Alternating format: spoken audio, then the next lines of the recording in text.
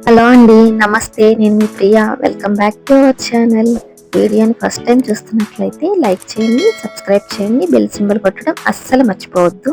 ఈ రోజు వీడియోలో బ్యాచిలర్ స్పెషల్గా పొటాటో ఫ్రైని క్రిస్పీగా, పొడి పొడిగా, కరకరలాడుతూ, ఈజీగా, టేస్టీగా అన్నంలోకి కలుపుకునే విధంగా ఎలా చేసుకోవాలో చూపించబోతున్నాను.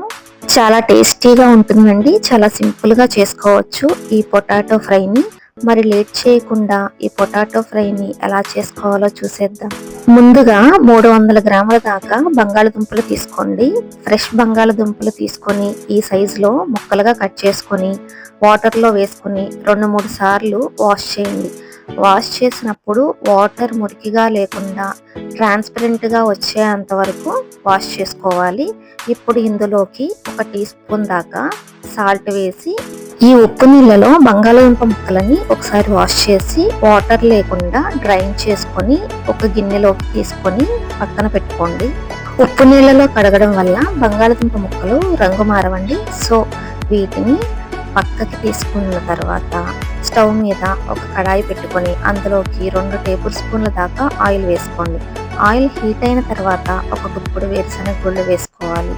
ఇది ఆప్షనల్ అండి, మీకు ఇష్టం ఉంటే వేసుకోండి, లేకపోతే అవాయిడ్ చేసేయండి. ఈ వేరుశనగ గుళ్ళు కొంచెం ఫ్రై అయిన తర్వాత 1 స్పూన్ పచ్చెనగపప్పు వేసుకోండి. 1/2 టీ స్పూన్ ఆవాలు వేసుకోండి. ఒక 1/2 స్పూన్ జీలకర్ర వేసుకొని ఒకసారి కలపండి. తర్వాత ఒక 10 వెల్లుల్లి రెబ్బలు కచ్చా పచ్చాగా దంచుకొని వేసుకోండి. తర్వాత ఒక 3 ఎండుమిర్చి చిన్న ముక్కలుగా చేసుకొని వేసుకోండి.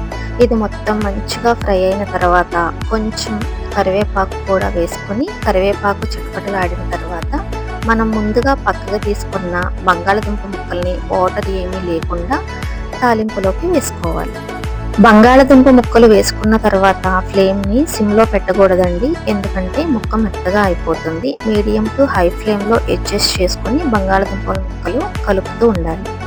ఇలా మధ్య మధ్యలో కలుపుకుంటూ ఉండాలి, మూత పెట్టకూడదు. ఇప్పుడు ఇందులో ఒక 1/2 స్పూన్ పసుపు, మనం తీసుకున్న ముక్కలకు సరిపడా సాల్ట్ వేసుకొని మధ్య మధ్యలో కలుపుతూ ఉండాలి. అప్పుడే ముక్కలు మొత్తం ఈవెన్గా ఫ్రై అవుతాయి. చూడండి, అసలు ఒక్క ముక్క కూడా అంటుకోవడం లేదు.